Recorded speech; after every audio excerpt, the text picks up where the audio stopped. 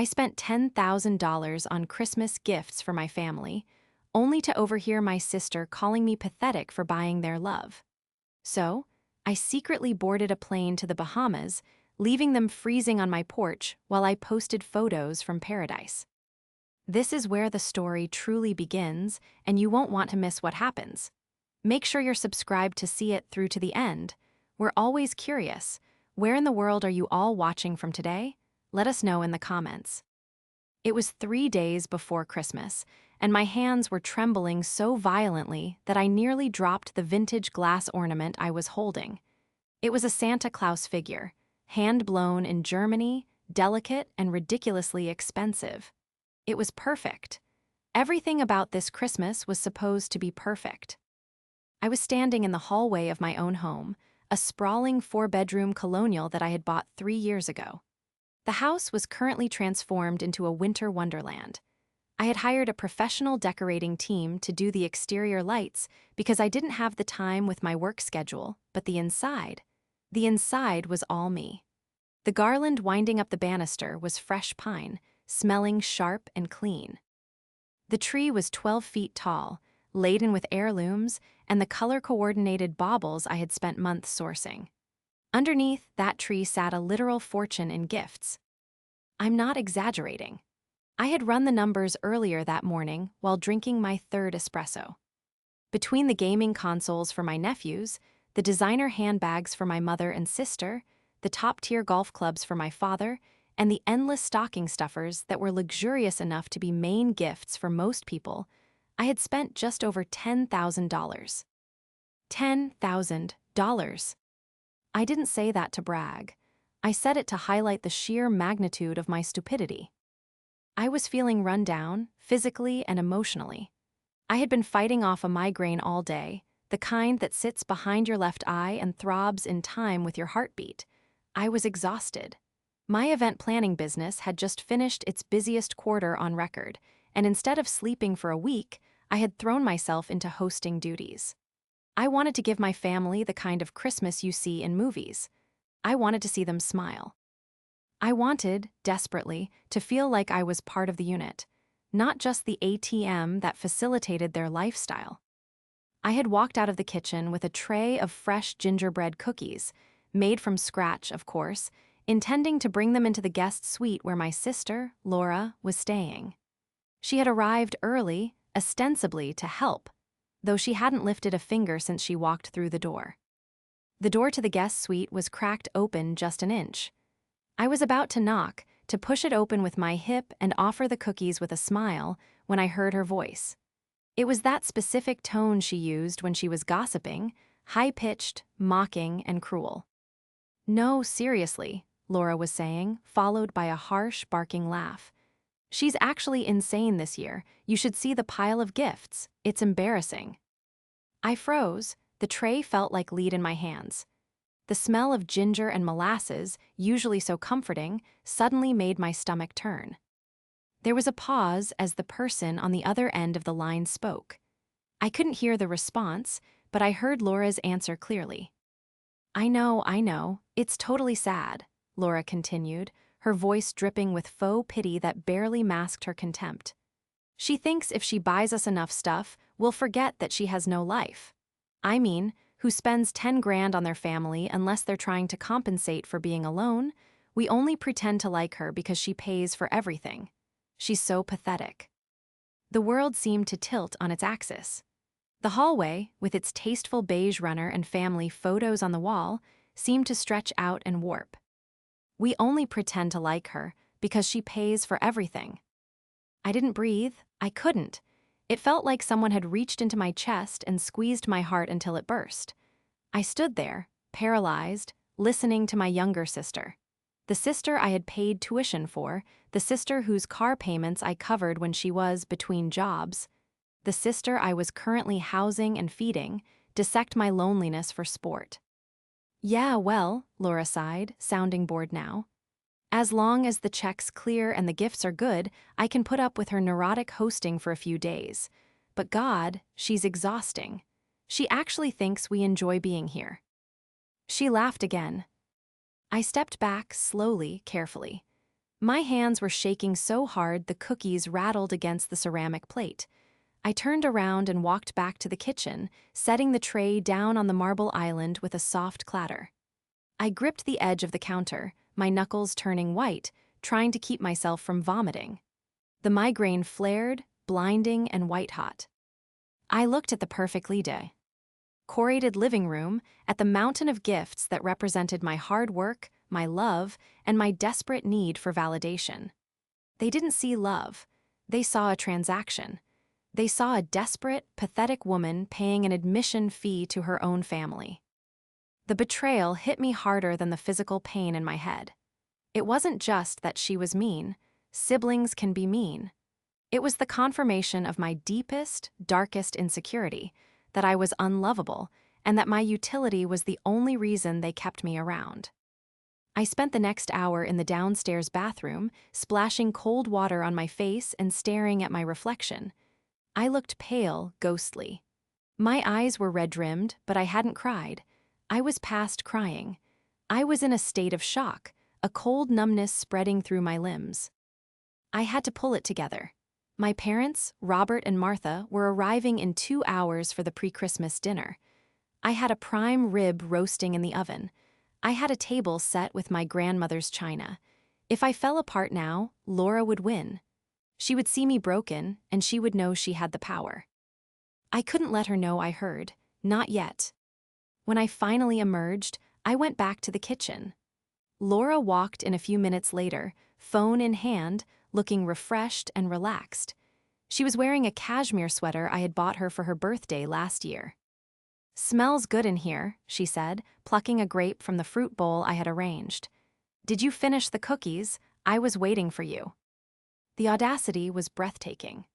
She looked me right in the eye, smiling that sweet, dimpled smile that had gotten her out of trouble her entire life, acting as if she hadn't just verbally eviscerated me 10 minutes ago. "I got sidetracked," I said. My voice sounded strange to my own ears, hollow, distant. "Work email." "On Christmas," Laura rolled her eyes, "you really need to learn to disconnect, Daisy. It's pathetic how much you work." There was that word again. Pathetic. Before, I would have apologized. I would have said, "I know, I'm sorry. I just want to make sure I can afford all this nice wine for us." This time, I just looked at her. I looked at the sweater I bought.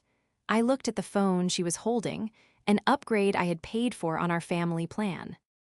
"I work so I can afford the things I want," I said quietly. Laura didn't catch the shift in my tone. She was too self-absorbed. "Well, hurry up with dinner. Mom and Dad just texted, they're 10 minutes away. I'm going to go pour myself some wine. Do we have the good Pinot?" "In the cellar," I said. As she sauntered off to raid my wine collection, a strange calm settled over me.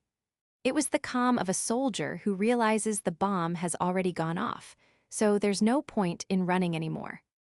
When my parents arrived, the performance began. Robert, my father, came in complaining about the traffic, handing me his heavy wool coat without making eye contact.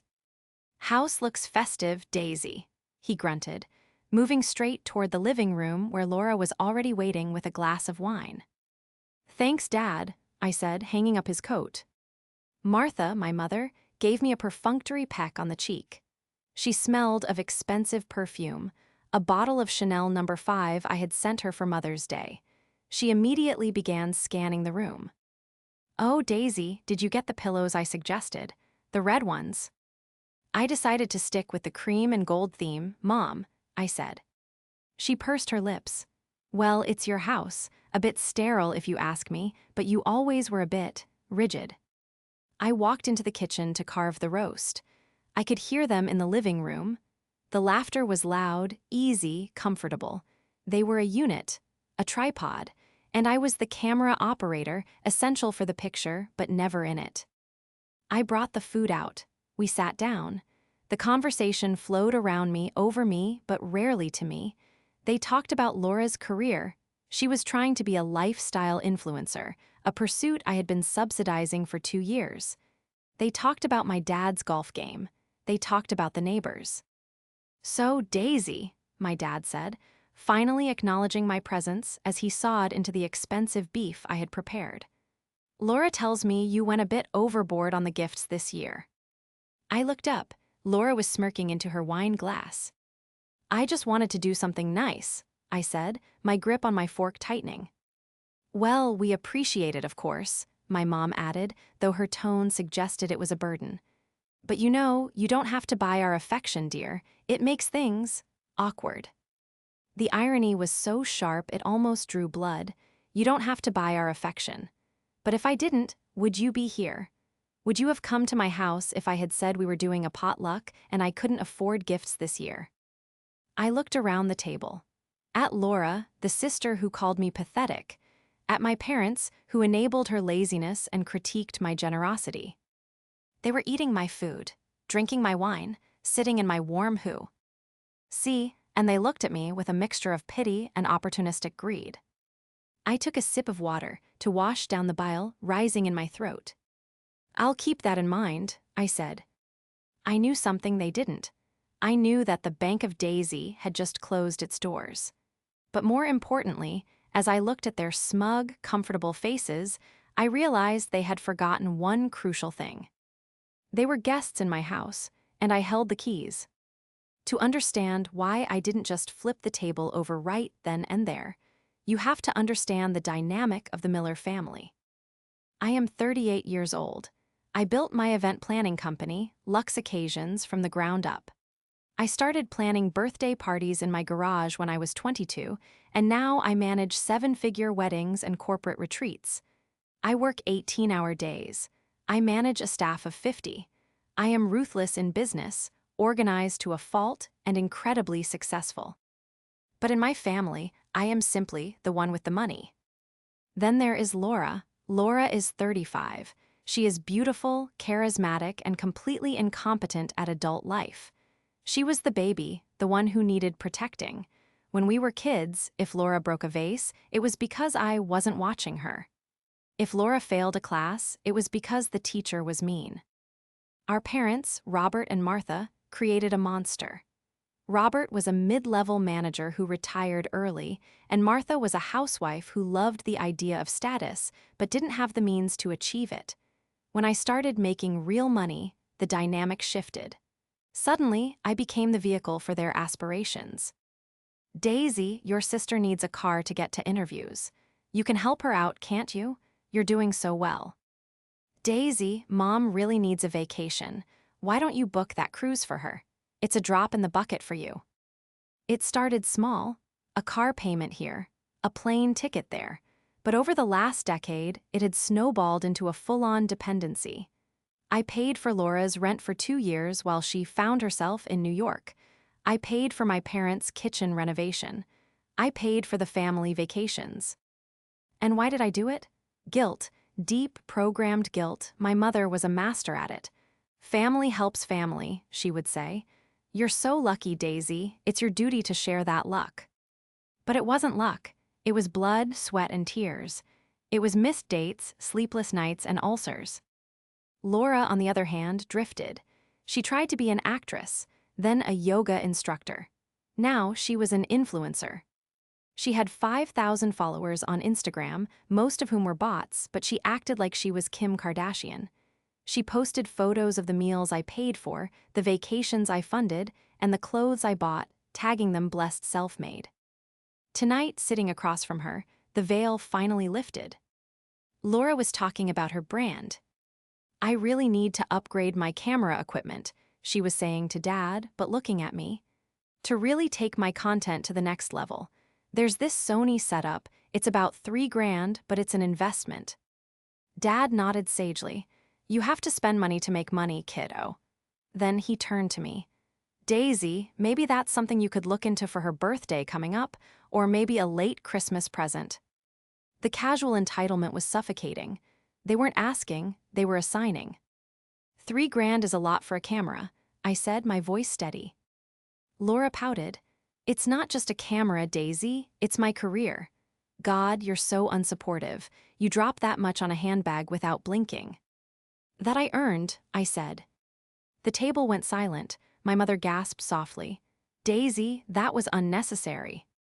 She's just jealous, Laura muttered, loud enough for me to hear. Because I actually have a creative passion and she's just a corporate drone. I looked at Laura. She was wearing diamond stud earrings I had given her for her 30th birthday. She was drinking wine that cost $80 a bottle. "You're right," I said, forcing a tight smile. "I'm sorry, I'm just tired." "We know," Laura sighed. "You're always tired, it makes you so heavy to be around." I excused myself to clear the plates. As I walked into the kitchen, I looked at the pile of gifts in the corner of the dining room. Specifically, at the large, heavy box wrapped in silver paper. It was the exact camera setup Laura had just mentioned. I had bought it weeks ago because I listened to her, because I wanted to support her dream. I looked at the envelopes on the mantel. In them were tickets for a family cruise to the Mediterranean for next summer. All-inclusive, 5 stars, $15,000 total. I stood in the kitchen, listening to them laugh in the other room. They were laughing at a joke Dad made, something about how I probably organized my sock drawer by color. "She probably has a spreadsheet for how to have fun," Laura cackled. I leaned against the counter and closed my eyes. The hurt was receding, replaced by a cold, sharp clarity. They thought I was Pathet. They thought I was a checkbook with a pulse. They thought they had me trapped by my own desperate need for their approval. They were wrong. I pulled my phone out of my pocket. I opened my banking app. I opened my airline app. My thumb hovered over the screen. I had a choice. I could go back out there, serve dessert, give them the gifts, and continue this charade for another 10 years. I could let them bleed me dry while mocking me behind my back. Or I could do something insane. I navigated to the Upcoming Trips tab. I had a hold on a reservation at the Four Seasons in the Bahamas. I had booked it tentatively for myself for January, thinking I might get away after the family chaos. I changed the date to tomorrow morning. 1 seat. I hit confirm. Then I opened the security app for my house. I checked the settings, remote lock, alarm system, motion sensors. I smiled. It wasn't a nice smile. It was the smile of a businesswoman who had just realized she was investing in a failing asset and was about to liquidate. I picked up the dessert tray, tiramisu, Dad's favorite, and walked back into the dining room. "Who wants coffee?" I asked. The moment the taillights of my parents' sedan disappeared down the driveway, the mask dropped. The polite, accommodating smile I had worn for 4 hours vanished, replaced by the steely expression I wore during contract negotiations. I locked the front door. I didn't just turn the deadbolt. I engaged the heavy-duty security latch I had installed after a break-in scare 2 years ago. I turned around and looked at my house. It was a museum of unappreciated effort.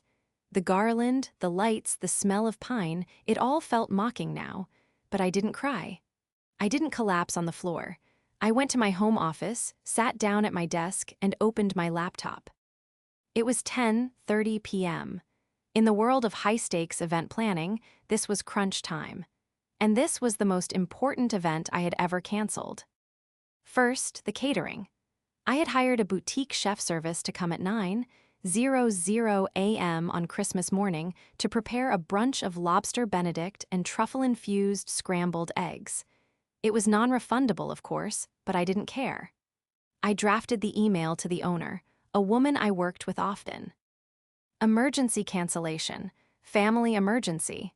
Do not come to the property tomorrow. Keep the full fee. Apologies, Daisy." Sent. Next, the gifts. I walked into the living room and stared at the pile. The sheer volume of it was nauseating. I grabbed a box cutter from the utility drawer and started with the biggest box, the camera for Laura. I sliced the silver paper, careful not to damage the box inside. I pulled out the receipt I had tucked into the side flap. I couldn't return it tonight, obviously, but I couldn't leave it here. If I left it here, they might break in. They had a spare key, after all. The spare key. I froze. My parents had a key. Laura knew the code to the garage. I walked to the security panel in the hallway. I punched in my master code and navigated to the user access menu. User mom and dad, delete. User Laura, delete. Then, for good measure, I changed the master code. I realized, with a jolt of adrenaline, that this was the first time in 10 years my family didn't have unfettered access to my home. I went back to the gifts. I couldn't return them, but I could hide them. I spent the next 2 hours hauling boxes, the golf clubs, the designer bags, the camera, the gaming consoles. I dragged them all into the master bedroom suite, the only room in the house with a solid oak door and a separate deadbolt. I locked them inside my walk-in closet, then locked the bedroom door, then pocketed the key. The space under the tree was now empty. Just a bare, green skirt waiting for presents that would never be opened. It was 1:00 a.m. when I finally went to my room to pack. I didn't pack sensible clothes. I packed the silk caftans I usually saved for honeymoon clients. I packed the Airs swimsuits I felt too self-conscious to wear around Laura because she'd make comments about my corporate body. I packed my oversized sunglasses and the floppy hat I bought in Rome. I looked at my reflection in the mirror. I looked tired, yes. But for the first time in years, I didn't look heavy. The weight of their expectations was lifting, pound by pound, with every item I placed in my Rimowa suitcase. I sat on the edge of the bed and opened the Notes app on my phone. I needed to leave a message. Not a physical note, they might miss it or tear it up. A digital one. A scheduled text message. I typed, something came up, hosting is canceled, don't come over. I stared at it, it was too vague. They would come anyway. They would think I was sick or depressed, and they would come to save me, read, ensure their gifts were still accessible. I deleted it. I needed them to come. I needed them to see the empty tree. I needed them to feel the cold handle of the locked door. I set a single alert. On my phone for 4:00 a.m. I didn't sleep. I lay in the dark, listening to the wind rattle the window panes, my heart beating a steady rhythm of terrified anticipation. I was burning the bridge, and I was going to use the light of the flames to see my way to the airport. The airport at 5:00 a.m. on Christmas Eve is a unique place. It pulses with a frantic, manic energy. But in the first-class lounge, it was quiet.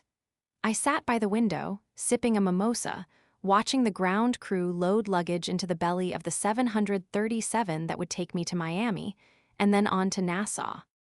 I had turned off my read receipts. I had silenced notifications for my family group chat. My phone buzzed, it was Laura. Hey, don't forget we're coming at 9 sharp, don't burn the bacon this time lol. I stared at the screen. Don't burn the bacon. Last year I had cooked for 12 hours. I burned 1 strip of bacon, and she had brought it up for 3 months. I didn't reply. I took a sip of champagne and boarded the plane. By the time we reached cruising altitude, I was feeling a strange cocktail of guilt and euphoria. The guilt was the old programming, "You're ruining Christmas," a voice that sounded like my mother whispered in my ear, but the euphoria was new. I was doing something for me. I landed in Nassau at 11:30 a.m. The air that hit me when I stepped off the plane was thick, sweet, and warm. It smelled of hibiscus and jet fuel. I breezed through customs, my heavy coat draped over my arm like a shed skin. The resort car was waiting. A white Escalade with chilled water and cold towels. As we drove towards the coast, the ocean came into view, a blinding, impossible turquoise. And then my phone vibrated, and then it vibrated again, and again. A continuous, angry buzz against my thigh. I checked the time. It was 9:15 a.m. back home. They had arrived. I opened the app for my Ring doorbell. The video feed loaded, a little grainy at first, then sharpening into high definition. There they were. My father was wearing his Santa hat, the one he wore every year when he handed out the gifts I bought. My mother was clutching a casserole dish, green bean casserole, the only thing she contributed. Laura was shivering in her thin coat, looking annoyed. I watched, feeling like a spy in a thriller movie. Laura pressed the doorbell. Ding dong. They waited. Laura checked her phone. She typed something furiously. My phone buzzed with a text, but I ignored it to keep watching the feed. She rang the bell again, then she knocked hard. Daisy, I could hear her muffled voice through the doorbell's speaker. Daisy, open up, it's freezing. My father stepped up, looking confused. He tried the handle. Locked. He leaned in, peering through the side glass. Lights are off, he muttered. That's odd. Her car is in the garage, Laura said, her voice rising in pitch. I saw it when we pulled in. It was, I had taken an Uber, a strategic move. Maybe she's in the shower, my mother suggested, though she looked worried. Not worried about me, I realized, but worried about the disruption to the schedule. Laura began to pound on the door with the side of her fist. Daisy, this isn't funny, we're cold. I watched them for another 5 minutes. I watched the confusion turn to anger. I watched my father try the code on the garage keypad. I saw the red light flash. Access denied. He tried it again. Access denied. She changed the code, he said, turning back to the women, his face reddening. She changed the damn code. Why would she do that? Mother asked, clutching her casserole dish tighter. Because she's being a drama queen, Laura spat. She probably wants us to beg to get in. She does this. She wants to be the center of attention. Center of attention. I laughed out loud in the back of the Escalade. The driver glanced at me in the rearview mirror. Everything okay, ma'am? Everything is perfect, I said, just watching a reality show. I looked back at the screen. Laura was now trying to peer through the living room window. She cupped her hands against the glass. Then she froze. The tree, she said. Her voice was faint, but the microphone picked it up. What? Mother asked. There's nothing under the tree, Laura said, turning around, her face pale. It's empty. The boxes are gone. The silence on the porch was deafening. It wasn't just confusion anymore. It was the dawning realization that the ATM had not only closed, but it had also been emptied.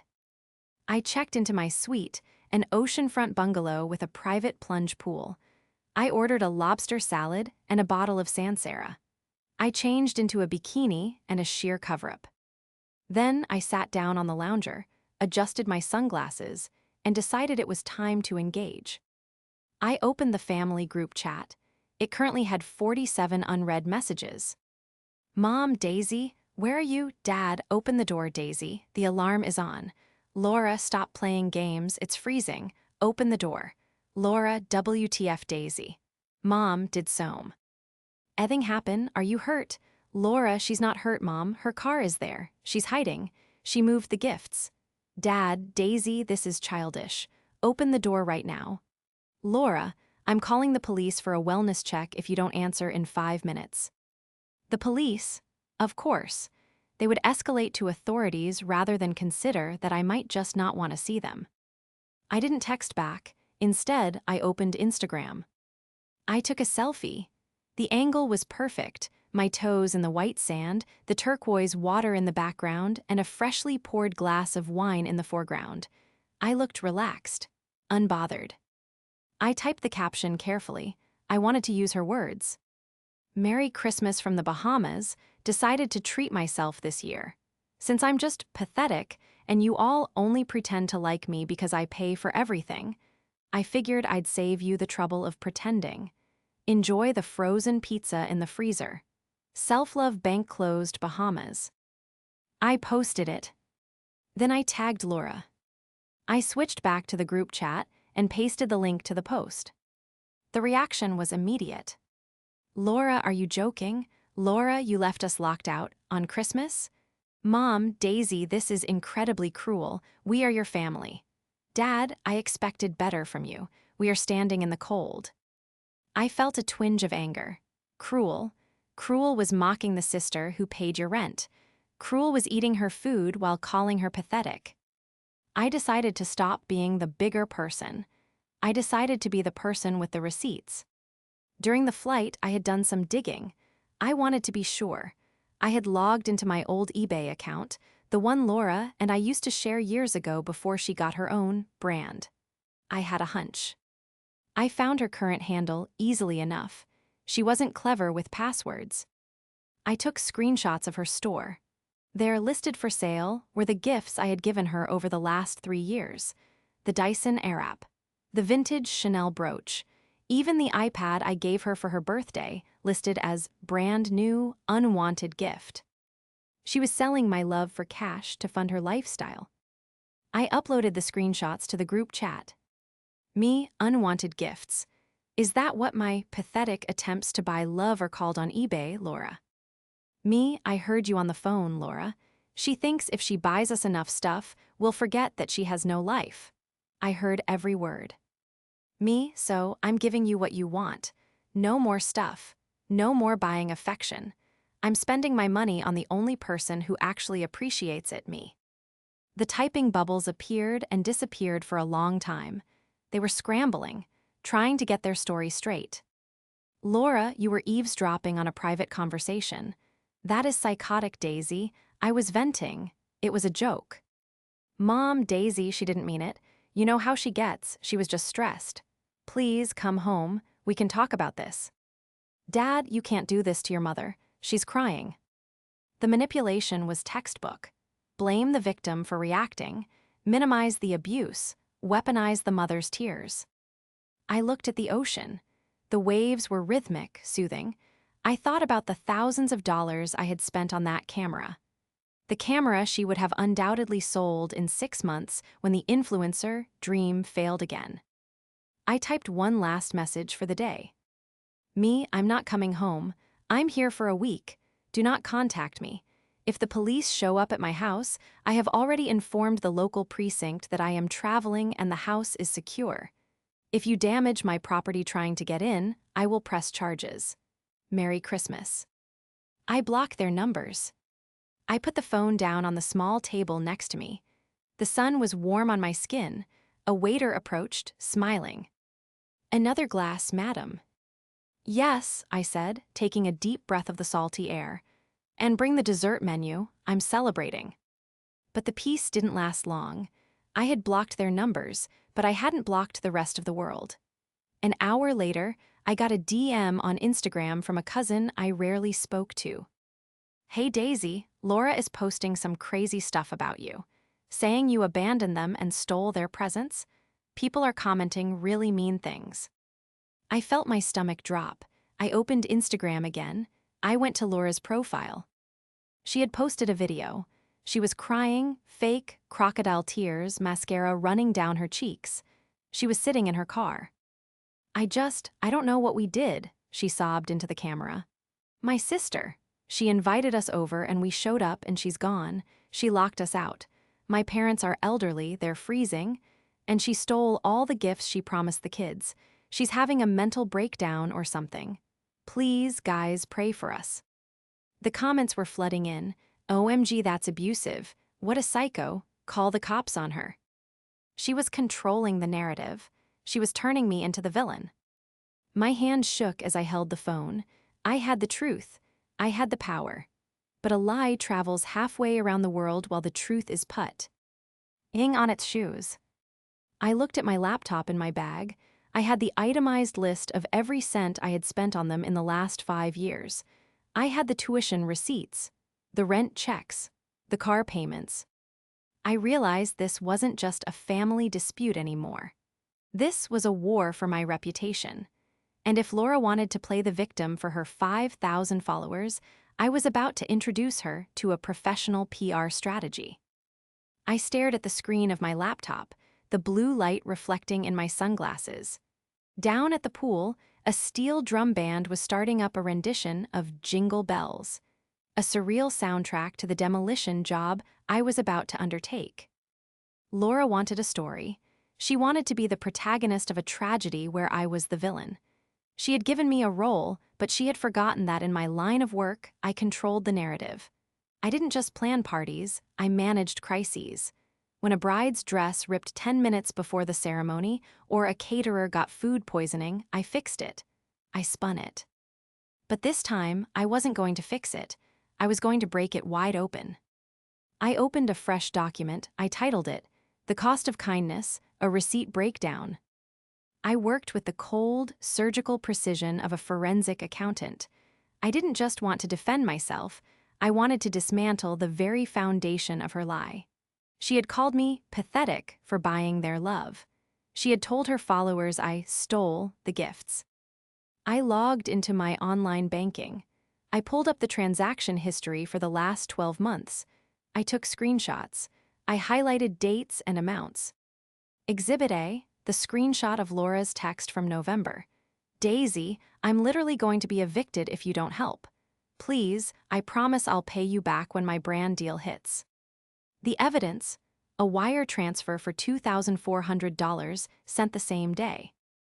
The contradiction, a screenshot of Laura's Instagram post from 2 days later featuring a new Yves Saint Laurent clutch with the caption, "Treating myself because I work too hard. Boss babe." Exhibit B, the eBay listings. I dug deeper. I found the listing for the vintage pearl necklace I had bought our mother for her 60th birthday last year. Mom had told me she lost it at a wedding. There it was on Laura's account, sold for $453 weeks after Mom lost it. The description read, "Vintage pearls, unwanted inheritance." I felt a spike of adrenaline. This was the smoking gun. This wasn't just about me, this was about her betraying them too. Exhibit C, the stolen gifts.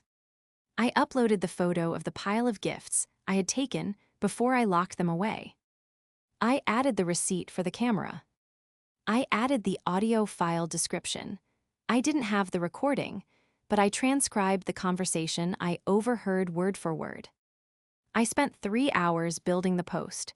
It was a carousel of 10 slides. I didn't use emotional language. I didn't call names.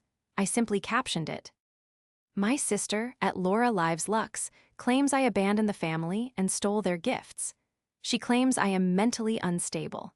Here is the financial reality of our relationship, including the lost heirloom she stole from our mother and sold online. I decided to stop paying for people who mock me behind my back. If that makes me the villain, so be it. I hit post. I shared it to my Facebook, where all our aunts, uncles, and cousins were active. I shared it to my public business page. I tagged Laura. Then I sat back and waited. The reaction was seismic. It started with the internet strangers. The tide turned instantly. The comments on Laura's crying video shifted from "poor you" to "girl, you sold your mom's pearls," and "show us the receipts if she's lying." But the real explosion happened in the family group chat. I had unblocked them temporarily to witness the fallout. "Cousin Sarah, Laura, is that mom's necklace, the one she cried about losing?" "Aunt Karen, I am reading this and I am absolutely disgusted. Daisy paid your rent and you mocked her." "Uncle Mike, disappointed is an understatement."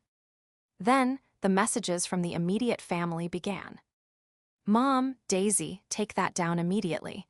We don't air dirty laundry in public." "Mom, wait."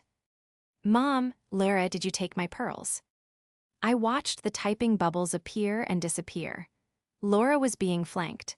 She was fighting a war on 2 fronts. Her public image was collapsing, and her family cover was blown. "Laura, it's Photoshop. She's lying, she's crazy." Me, I included the link to the sold listing, Laura. It's still in your seller history. And Mom, check the date of the sale. It's the day after you visited her apartment. The silence that followed was heavy. I could imagine the scene back at the house, or wherever they had retreated to. The shouting, the frantic scrolling through phones, the realization that the victim they were protecting was actually the predator. My phone rang. It was my father. I hesitated. My thumb hovered over the red button. I didn't want to hear his excuses. I didn't want to hear him tell me to be the bigger person one last time. But then I realized I wasn't the daughter seeking approval anymore. I was the CEO of my own life. I could take the call on my terms. "Hello," I answered, my voice calm, the sound of the ocean filling the silence behind me. "Daisy," his voice was ragged. He sounded older than he was. "Daisy, are you safe?" "I'm in paradise, Dad. I'm perfectly safe." "Your mother is, she's devastated," he said. About the necklace, about all of it. She should be, I said coldly. Laura has been stealing from you and using me for years, and you let her. You encouraged it. You told me to support her dreams while she was selling your property and laughing at my loneliness. We didn't know, he stammered. We just thought she was struggling. You didn't want to know, I corrected him. It was easier to take my money and let her play the victim. It was easier to make me the strong one so you didn't have to parent her. Daisy, please, he cracked. We're at a Denny's. We couldn't get into the house. It's Christmas. Can we start over? No, I said, we can't start over, not today. What do you want us to do? I want you to ask Laura to leave, I said. If you want to have a relationship with me, you need to stop enabling her. Right now, she doesn't get to eat my food or sleep in my house. You can go to a hotel, I'll pay for a room for you and Mom, but she figures it out on her own. There was a long pause. I could hear sobbing in the background. It sounded like Mom. And then a screeching voice, Laura. She's lying, I didn't sell it. Robert, I said, using his first name for the first time in my life. Make a choice. Okay, he whispered. Okay, Daisy, send me the hotel info. And Dad. Yes. Merry Christmas. I hung up. I transferred the points for a room at the local Marriott to his email. 1 room, 2 guests. Then I closed my laptop. My hands were shaking, not from fear, but from the massive release of adrenaline. I had detonated the bomb. The fallout would be messy, but the structure, the toxic, rotting structure of our family dynamic, was finally gone. I stayed in the Bahamas for 10 days. I extended my trip twice. I spent Christmas Day not cooking for 12 people, but getting a hot stone massage and reading a trashy novel by the pool. I spent New Year's Eve dancing with a group of Canadian teachers I met at the bar, drinking champagne and laughing until my sides ached. For the first time in my adult life, I wasn't Daisy the provider or Daisy the spinster. I was just Daisy, and I liked her. Back home, the world was burning, but the fire was cleansing. Laura's career was effectively over. The internet is fickle, but it hates a scammer. Her follower count dropped by half overnight, and the comments section became so toxic she had to delete her account. Without the Bank of Daisy, and without her platform, she was forced to face reality. I received updates from my mother, who was slowly coming out of the fog. She's staying with a friend, Mom texted me on New Year's Day. We told her she needs to get a real job. We're not paying her rent this month. We can't afford it without. Well, we just can't. It was a start. When I finally landed back in the cold, gray reality of January, I felt different. I walked through the airport with my head high. I took an Uber home. The house was exactly as I had left it. The Christmas lights were still up, though now they looked a bit sad in the daylight. I unlocked the door, my door. I walked inside. The air was stale. The silence was absolute. I went upstairs to the master bedroom and unlocked the closet. The pile of gifts sat there, a mountain of wasted money. I looked at the camera, the golf clubs, the bags. I didn't feel sad, I felt practical. I spent the next week returning everything. It was a logistical marathon, but watching the refunds hit my credit card felt better than giving the gifts ever had. $10,000 flowed back into my account. I took that $10,000 and I did something selfish. I hired a contractor. I had always wanted to turn the guest suite, Laura's unofficial bedroom, into a proper home office and library. I wanted built-in bookshelves, a rolling ladder, and a fireplace. I had never done it because where would Laura stay? Start tomorrow, I told the contractor. Gut the room, take everything out. 2 weeks later, my parents came over for dinner. It was a Tuesday. I cooked something simple, pasta and salad. No prime rib, no catering. The dynamic was tentative, fragile. They looked older. The shock of the eBay revelation had aged them. We sat at the table. This is delicious, Daisy, Mom said softly. She wasn't wearing pearls. She was wearing a simple scarf. Thanks, Mom. We miss her, Dad said, poking at his salad. Laura, she's working as a receptionist at a dental office. She hates it. Good, I said. Honest work, Bill. DS character. She wants to apologize, Mom said, looking at me with pleading eyes. She wants to come over. I put my fork down. This was the moment. The old Daisy would have caved. The old Daisy would have wanted the peace so badly she would have accepted a half-hearted sorry just to have the family back together. But the old Daisy was gone. She had been left on a tarmac in Nassau. No, I said. My parents froze. I forgive her, I said, and I meant it. I wasn't angry anymore. Anger requires energy, and I wasn't giving her any more of mine. But I don't trust her, and I don't like her. She is not welcome in my home, not until she pays back every cent she stole from you, Mom, and even then, it will be a long time. But she's your sister, Dad said weaky. And I'm your daughter, I countered. And for the first time, I'm prioritizing my own well-being. If you want to see her, you go to her. But this house is a sanctuary. It's a drama-free zone. My mother looked at me, really looked at me. She saw the tan on my skin. She saw the new light in my eyes. She saw the firmness in my jaw. She reached across the table and took my hand. Her hand was trembling slightly. You're right, she whispered. We let it go on too long. I am so sorry, Daisy. I saw the list you posted. The things you paid for, I knew you helped, but I didn't know. I didn't know it was everything. It's okay, Mom, I squeezed her hand. It's over now. We are proud of you, she said, tears welling up. Not because of the money, but because you're strong, stronger than us. It was the first time she had said those words, without attaching a request to them. The road ahead wouldn't be perfect. Laura would undoubtedly try to worm her way back in. My parents would struggle with their codependency. But the dynamic had shifted permanently.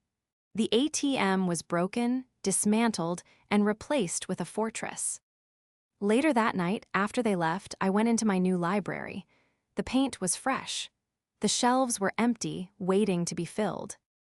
I sat in the leather armchair I had bought with the refund money from Laura's camera. I picked up a book, poured myself a glass of wine, and looked out the window at the snow falling softly on the driveway. My phone buzzed. It was a notification from my bank app. Deposit, $1,200. I opened it. It was a transfer from Laura. The note simply said, payment one of $50 for Mom's necklace. I didn't smile. I didn't reply.